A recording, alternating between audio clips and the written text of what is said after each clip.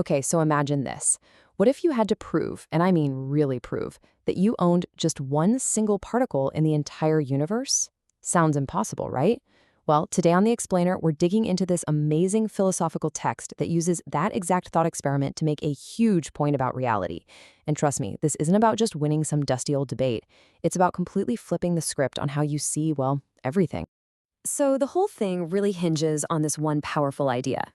The thinking is, if you look around and see order, not chaos, it points to a single source. I mean, think about it. Multiple bosses, multiple plans? That's a recipe for disaster, right? The text argues the universe would be a total mess. But here's the cool part. Instead of just saying that's how it is, it takes us on this incredible journey to actually show us. And this isn't some, dry, boring lecture. Nope.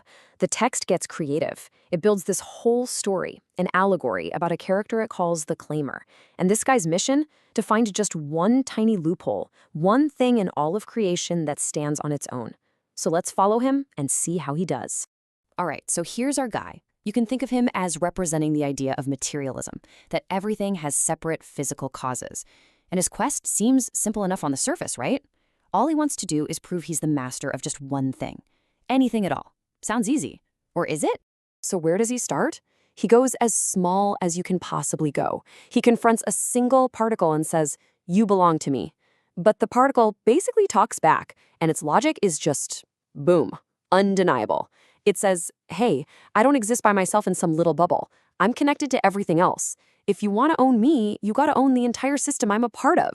Okay, so round one goes to the particle, but our claimer isn't giving up. He moves up the ladder of complexity a bit to a red blood cell. He says, all right, I'll be your owner. But he runs into the exact same problem, just on a bigger scale. The cell is like, me? I'm just one soldier in a whole army of blood, and we all work together in this incredibly complex body. You can't just own me. You'd have to own the whole organism. This is where things get really wild. The claimer goes for a whole human body, but the response just blows the whole argument wide open. It's not just about physical connections anymore. The body says, look, to own me, you need to own all of humanity. You need to own the air I breathe, the food I eat, and what about the non-physical stuff? The spirit, the heart, the mind? Suddenly, this web of connection is just, it's huge. It's becoming totally impossible. So in this last-ditch, desperate move, he looks up at the night sky, he sees the stars scattered all over the place and thinks, aha, this has to be it.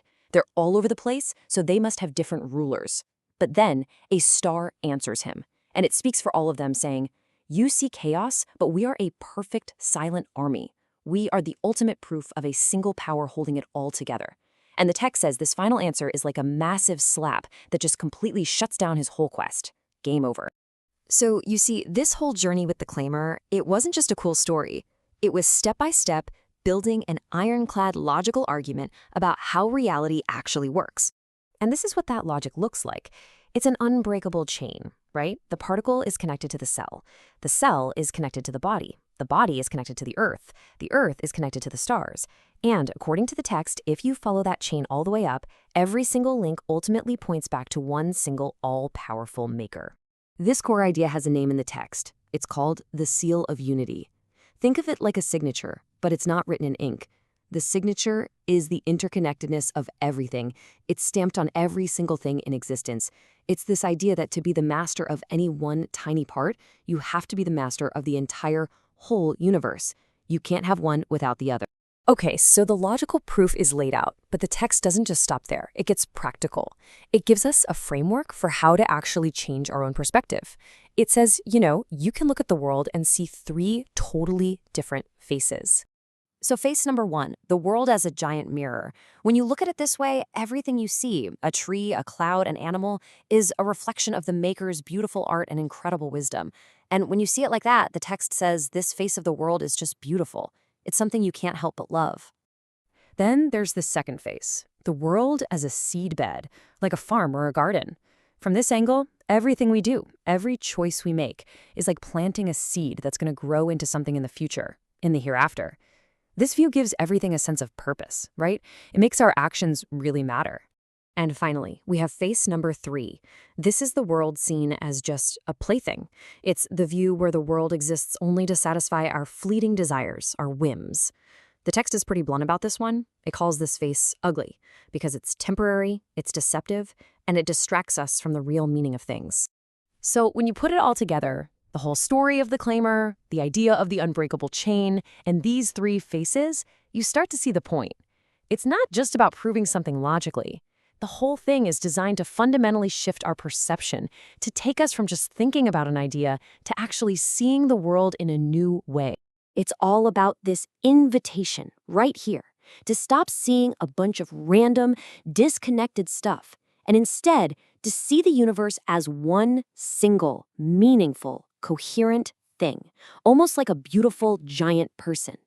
And at the same time, each one of us is like a tiny little universe, a complete reflection of the whole. And in the end, the whole text kind of turns the spotlight back on us. The claimer's journey is over, but now it's about our journey. It leaves us with this powerful question to think about. If you really believe that every single particle is connected to every single star, how does that actually change what you see when you look in the mirror or when you look out your window? The big takeaway here is that perspective isn't just a thing, it's everything. The way you choose to see the world literally creates the world you live in.